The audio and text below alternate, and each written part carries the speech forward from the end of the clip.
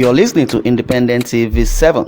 Kindly click on the like button and don't forget to subscribe to our YouTube channel at Independent TV 7. Also, don't forget to click the bell icon to get more notification.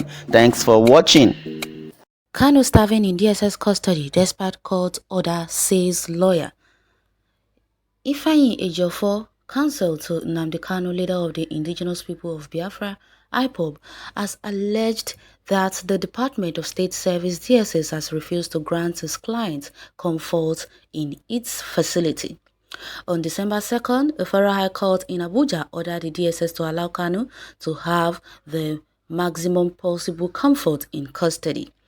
This was after KANU's lawyer complained about the poor condition the IPOB leader was allegedly subjected to, including not being allowed to change his clothes since he was arrested. Ruling on an oral application, Binta Nyako, the presiding judge, had said KANU should be allowed to have a bath whenever he wants, change his clothes, eat properly, and practice his faith. But in a statement issued on Tuesday, Ejiofor alleged that the DSS has treated the court order with the greatest disdain. We observed with dismay and indeed very unfortunate and worrisome that, notwithstanding the far-reaching orders made by her lordship in the open court on December 2nd, 2021, the detaining authority, being the DSS, have in their unusual style flouted and or ignored the said court order, the statement read. We were informed by our client, Nnamdi KANU, that none of the pronouncements made by the court on December 2nd, 2021 has been obeyed by the DSS. They have unrepentantly continued to treat the order of the court with the greatest disdain.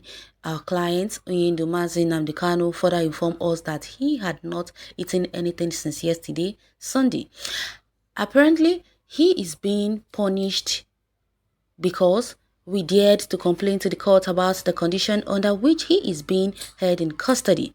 But very unfortunately, this should be the height of their recklessness, affront to the orders of the court. At the time her lordship made these far-reaching orders in open court, I did not mince words in informing the court that the operatives of the DSS will flaunt these orders, pursuant to which the court specifically told me to come back to her with this fact if her order is flaunted. Ejiofor said KANU's legal team will approach the court on Wednesday to present the terrifying development, which is totally unacceptable, grossly condemnable, and cannot be tolerated. These DSS people. Anyways, I wouldn't blame them anyway because we all know that they are only following orders. But now the question is, whose orders are they following? And how can they detain someone and keep the person hungry without even allowing the person to have freedom, or should I rather say having access to anything, including now they have also, apart from them even declining him the access to meet his family? That's not even bad enough. Now they are going as far as starving him, and this is really, really bad. This is not something we are expecting from these people. We expect better from them. This so-called DSS are something else, but we all know that they are actually dancing to the tune of somebody, which we all are not aware of. But I know that it will get to a case whereby if anything happens to Nnamdi KANU, things will not go down well with them at all. That is something they are all failing to understand. If they can actually even defy the order of the court, then only God knows where and what they can do or how far they can go to make sure that they make the life of Nnamdi KANU really, really difficult.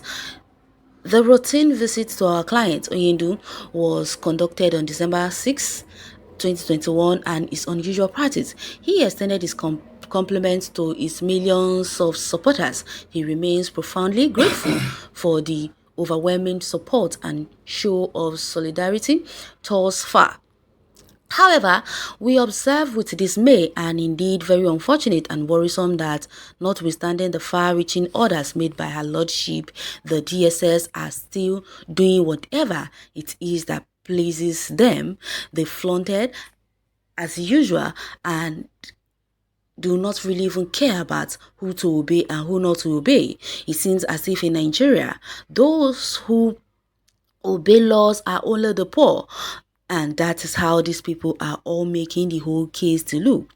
Well, Malami is the one who is always against anything that has to do with Nnamdi KANU and anything that has to do with in essence of maybe him being okay or him being treated well or him being comfortable wherever he is. We know that he is the one who is behind this because we know all that he is the one who always has issues when it comes to the Igbos, because all this while, he has been the one who has been on the front line, front page, always fronting and fronting, acting as if he is the Excellency, or should I rather say as if he is the president of the Federation.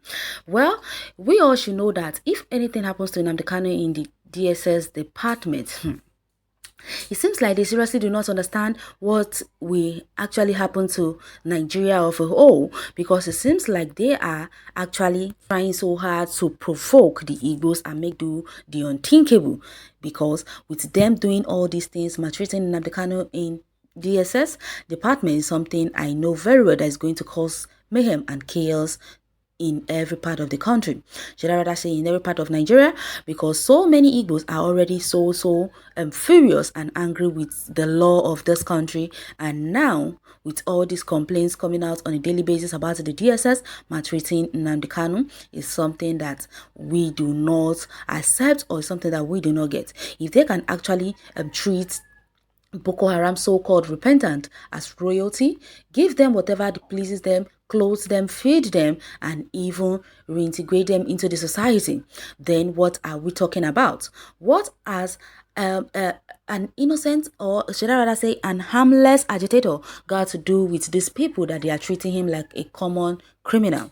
This is one question we are still asking. I think Binta Nyako really needs to do something about this of Nnamdi KANU being frustrated in the DSS department. She rather really needs to do something about it and stop this so-called inhuman behavior the DSS are busy perpetrating when it comes to anyone that is from the east, or should I rather say anyone from the south, because we know that this is a Fulani regime where only those that are should I rather say, if you are even partially from the Fulani clan, then they will treat you like royalty. But when you are from the south, they treat you like garbage, and that is what is really going on. Right?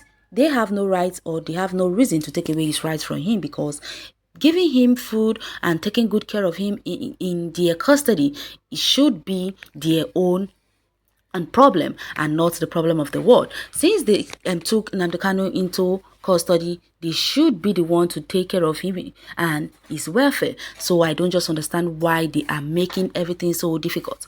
Well, you can go to the comment section and share your take on this article. Thanks for listening.